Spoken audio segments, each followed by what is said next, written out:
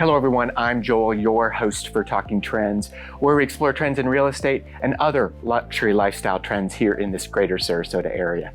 Today we're very excited to have Tre Michel with us, and we're going to explore art, one of my passions. So Tre, thank you so much for being here, being on the show.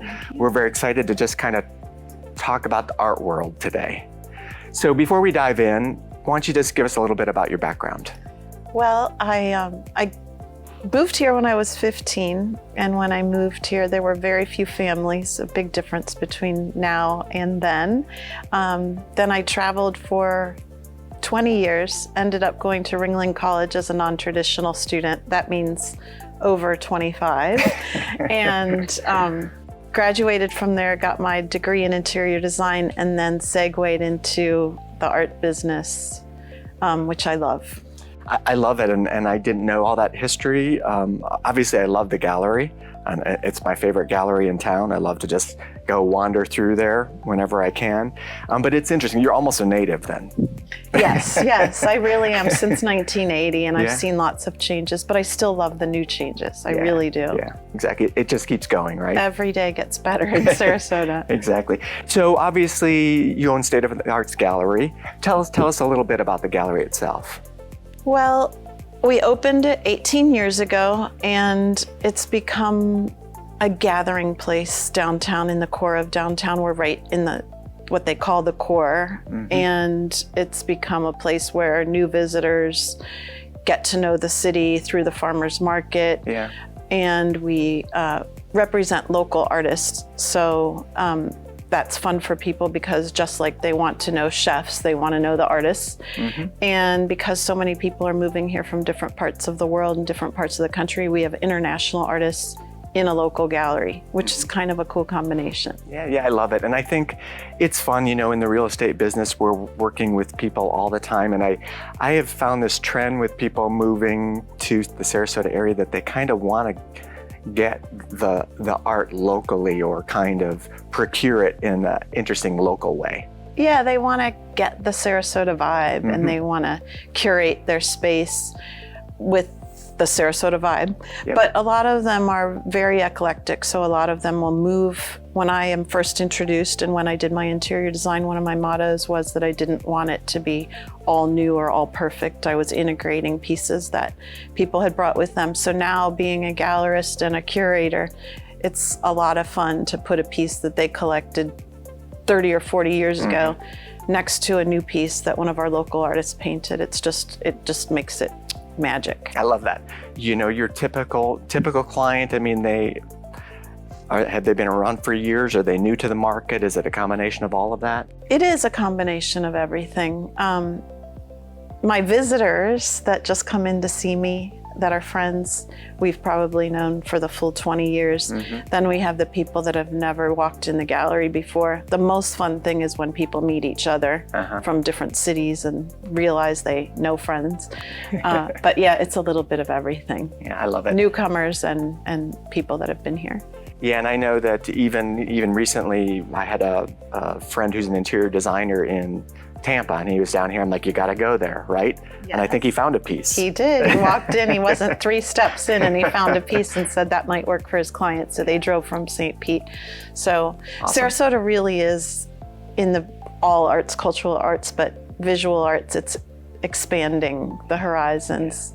And do you think part of that's obviously just the dynamics of Sarasota, but do you think it's anything to do with Ringling and its presence here, the college? I do have clients whose children are going to Ringling, so they buy property here so that they can be close. I think in general, the people that move to Sarasota have always been interested in art, all different levels, maybe not serious art collecting, but they've always had an interest in caring about art. So obviously, again, you've seen kind of the changes over the years. Is there kind of a current trend in art, or what people are generally looking for? 3 trends. One, I would say at the exact same time my clients wanted things that were calmer. I call it serene power. It can still be calm, but it can still be powerful and impactful. my artists started making work that had less chaos and more empty space. I don't even call it negative space anymore. So they, just at the time the clients were looking for that, the artists started creating it. So it just shows that we're all part of a whole bigger story. Second trend I would say is your house has to be a story. I brought this book and it's called House is Not a Home. And that's one of my mottos I think about every day, is that people are buying these properties. They're basically buying a house or a condo and they're trying to turn it into a home. So I can be a really big part of that, even if it's sourcing things from other shops or galleries around Sarasota, or even sourcing things from the internet. People really wanting their home to tell a story. And then the last trend I would say is luximal, and it's the mix between, it's the happy medium between luxurious and over accessorized and too minimal. And people are coming into their too minimal homes feeling cold. Maybe up north they had too many accessories, so they're finding that happy medium in luximal. Yeah. It's interesting because it does also kind of follow the trends we're seeing in real estate, where we saw a real strong movement to modern, to very modern. And I think people love it conceptually, but it's not always easy to live in. Right. So I think we've almost had a slight shift backward to a warmer modern. Right. And I'm hoping that trend of luximal and warmer modern that you're talking about is timeless, because it is the happy medium. It's not an extreme. So it is something they can live with for a long time and keep adding to. Yeah, exactly. Tell us a little bit about the artists, some of your favorite artists that you showcase, etc. I'm very excited over the past 2 years that without making a plan, just happened to introduce 5 artists under 40 years old and realize they're all from other countries. So I have one artist from Czech Republic, one artist from Poland, one from Montreal, one from Argentina, and one from Germany. And they're all under 40, and I introduced them all to each other, and they're now a little collaborative, creative pack. And then we have the artists that we've had all along over the last 20 years, aging from 25 to 95. But just that international influx is fun. Interesting, and probably gives a little bit different perspective on everything. Yes. Yeah, interesting. Well, I definitely have to meet the Czech artist, you know, because I lived in Prague for 7 years, and we actually have quite a bit of original Czech art. Oh, yeah. So, see, that's the perfect story. You would be like one of my clients interested in knowing the Czech artist. So that just shows. Yeah. Exactly. I love it. And I think that's the beauty of art, right? And all of it, it is like how you connect with people and how they connect with each other. So much. Much so. Yeah. So obviously we're talking mostly about, you know, loving art and, you know, putting it in our homes. What about collecting or investing? Do you see that a lot? I get the question a lot, whether the art that we're selling is investment quality or whether I can guarantee that prices are going to go up. Nobody can ever guarantee. However, rarity is a really big ingredient in the price point. And because the artists are original artists, it's time consuming. And some of the artists are no longer living. Sid Solomon, who I know you know. There's just a rarity element, and I think that makes things, people understand that. They understand they're going to have to pay for something that there are very few of, and then they understand that because there's going to be no more of those, they're going to become more valuable. So I think that's probably the most important ingredient, is rarity. And we've even asked our artists not to repeat things, or to go with a different scale, or of course do what they want to do, but just make sure that we're not repeating things, because it creates that special uniqueness. Yeah, makes total sense. And I think, of course, just like anything, just like real estate, just like any collectibles, right? It's all rarity or uniqueness or the value equation that it puts out. And that's another thing our clients want. If they want their home to be a story, then they don't want their home to have something that someone else has. So that's why our collection is so dramatically diverse. Love it. And you mentioned Sid Solomon, which I'm a huge Sid Solomon fan, but it's fun. I just, over the last 10 years and working in real estate, and it's fascinating when I go into one of my clients' homes, that there is so much of, I mean, that there are amazing pieces by Sid Solomon everywhere in Sarasota. Yes.